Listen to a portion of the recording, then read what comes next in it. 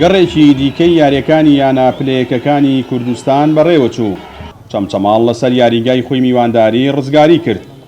سەرەڕایەوەی لە دەستپێشی تایمی یەکەمی یاریەکەدا هەردوو لە چەندین هێرشیان بۆ سەرتۆڕی گۆڵی یەکتری ئەنجامدا و یاریزانانی چەمچەماڵ چەندین هەلی گۆڵکردنیان لەدەستدا، بەڵام سەرنجام و ئەو تایما بەبێ گۆڵ بۆ هەردوو لە کۆتایی هات.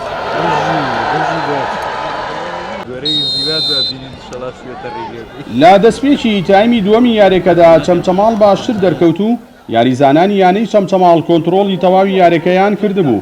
تا سەرنجام و لە خولەکی 61 یاریەکەدا چەمچەماڵ توانی لە ڕێگەی یاریزان ئەحمەد عومەرەوە گۆڵی یەکەم تۆمار بکات و سەرنجام و یاریەکەش بە ئەنجامی 1-0 لە سوودی چەمچەماڵ کۆتایی پێهات و چەمچەماڵ توانی لە ڕیزبەندی سەرەوەی خولەکەدا خۆی بهێڵێتەوە.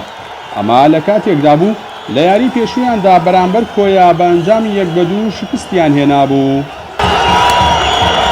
سپاس بۆ خوا کە ئەمڕۆ سەرکەوتنمان بەدەستێنا لەگەڵ یانەی ڕزگاری خۆشەویست کە ئاستێکی باشیان پێشکەش کرد. سپاسی سەرجەم هاندەرانەکەم کە ئەمڕۆ بە گروتینێکی زیاتر لە یارەکەی کۆیە هانی یاریزانان و یانەکەیان داوە. سەرجەم یاریزانان دەستخۆشیان لێکم کە ئاستێکی زۆر بەرزیان پێشکەش کرد، هەرچەندە لە تایمی یەکەمەوە وەکو پێویست نەبووین، بەڵام سپاس بۆ خوا لە تایمی دووەمە بە باشتر دەرکەوتین و گۆڵمان تۆمار کرد. هیوادارم بتوانین لە یارەکانی داهاتووشە ئاستی باشتر بۆ شاری چەمچەماڵ ئەنجامی باشتر بۆ یانەی چەمچەماڵ بەدەست بێنین، ساڵی کە یانەی چەمچەماڵ لە خولی پلەنایابی کوردستانە ببینین. بەڕاستی یاری ئەمڕۆ یارێکی باشمان ئەنجامدا، هەردوو گێمەکە یارێکی مەسیریش بوو بێ ئەمە لەبەر هەردوومان منافسی یەکەم و دووەم بووین.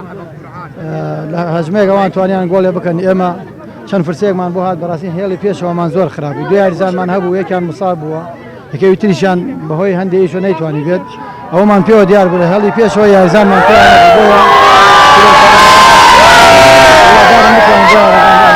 باش بکەین. با بردنەوەی لە ڕزگاری چەمچەماڵ توانی لە ڕیزبەندی پێشەوەی یانە پلەیەکەکانی کوردستاندا با کۆکردنەوەی 15 خاڵ و تۆمارکردنی 13 گۆڵ خۆی بهێڵێتەوە. بڕیاریشە لە یاری ئایندەیاندا چەمچەماڵ ببێتە میوانی ئاکرێ. هەرچی یانەی ڕزگاریشە بە کۆکردنەوەی 10 خاڵ لە ڕیزبەندی سێمی خولەکەوەدا بەزی بۆ ڕیزبەندی چوارەمی یانە پلەیەکەکانی کوردستان و بڕیارە لە یاری ئایندەشیاندا میوانداری خانەقین بکەن. هەریەک لە یانەکانی کۆیە و هەڵۆ بە جیاوازی خاڵ ڕیزبەندی دووەم و سێمی یانە پلەیەکەکانی کوردستانیان گرتووە. جەلال جەباری، کەناڵی ئاسمانی پەیام، چەمچەماڵ.